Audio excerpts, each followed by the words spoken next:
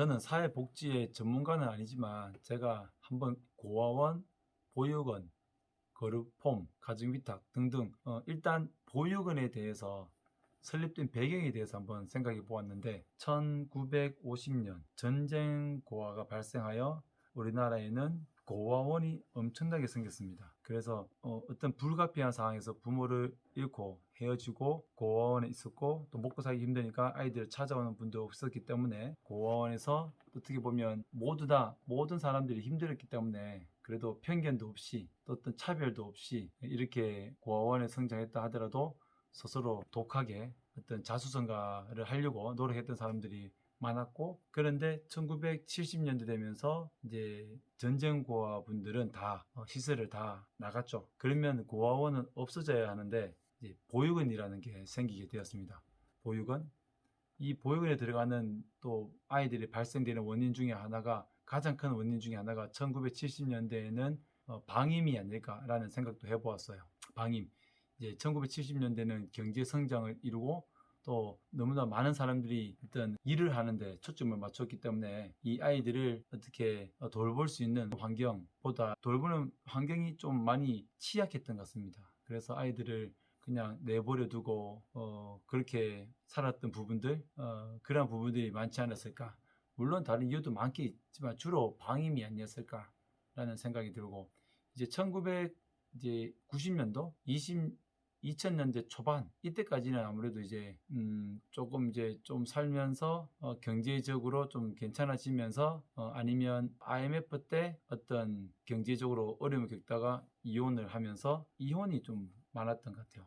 제 개인적인 생각입니다. 저는 전문가가 아니니까. 그렇게 사회적인 흐름에 따라서 발생되는 아이들의 그 어떤 이유가 달라지고, 마지막으로 이제 2000년대 넘어서면서부터는 2010년도부터는 예를 들어서 이제 아동 학대가 지속적으로 이제 많아지면서 뭐랄까 이제 사회적으로 어떤 가정에 대한 또 여러 가지 사회적으로 환경이 달라지면서 아동 학대가 엄청나게 이제 많아지게 되는 것입니다. 아동 학대로 인해서 보육원에 들어온 아이들이 참 많이 있는데, 이 보육원에 대해서 문제를 파헤치는 것도 중요하지만 어떻게 보면 구조적인 사회적인 시스템이나 어떤 그 구조적인 가정에 대한 어떤 가정이 만들어지는 것에 대한 어떤 서로 간의 관계에서의 문제, 결손, 결핍 등 그것이 더 문제인 것 같습니다.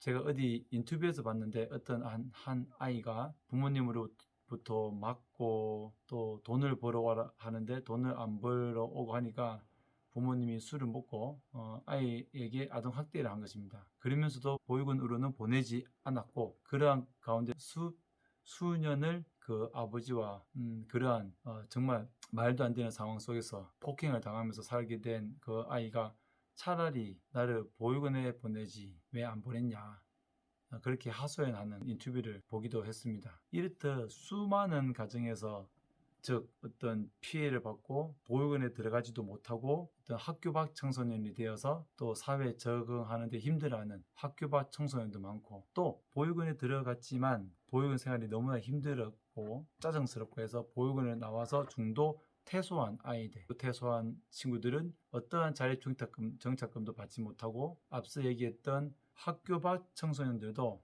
어떠한 지원도 받지 못하는, 더 나아가서 아동 양육시설은 아이들은 퇴소 후에 자립정착금을 받지만 청소년 쉼터에 있는 여성가족부에서 운영하는 청소년 쉼터에 있는 친구들은 자립정착금을 못 받으니 이러한 형평성의 차이도 있고, 여러가지 오늘 말씀드리는 것은 1950년, 60년, 70년 이러한 정쟁고아로부터 시작된 이 보호아동들이 2000년대에서는 아동학대가 너무나 많다. 아동학대가 일어나지 않도록 해야지만 보육원도 문을 닫는다. 보호아동이 없으니까. 그런데 정말 많은 사람들이 아이들을 어떤 그 준비되지 못했을 때 아이를 가져서 아이를 유기한다든지, 그리고 또 정신적인 경계성에 있는 그 아이들을 보면서 미처 본인들이 어떤 희망을 잃고 지혜를 가지고 그 아이에 대해서 또 그 자신의 자식에 대해서 책임감 있는 행동을 하지 않는 분들이 많기 때문에 이 보육원에 계속 보호아동이 생겨나는 것 같습니다. 오늘 무거운 주제일 수도 있는데 이것들을 알아야지만 이 보호아동이 더 덜 발생되도록 또 이것을 알아야지만 우리가 좀 더 넓은 생각으로 아이들이 필요한 것들을 지원해 줄 수 있지 않을까라는 생각에 한번 말씀을 드려봅니다.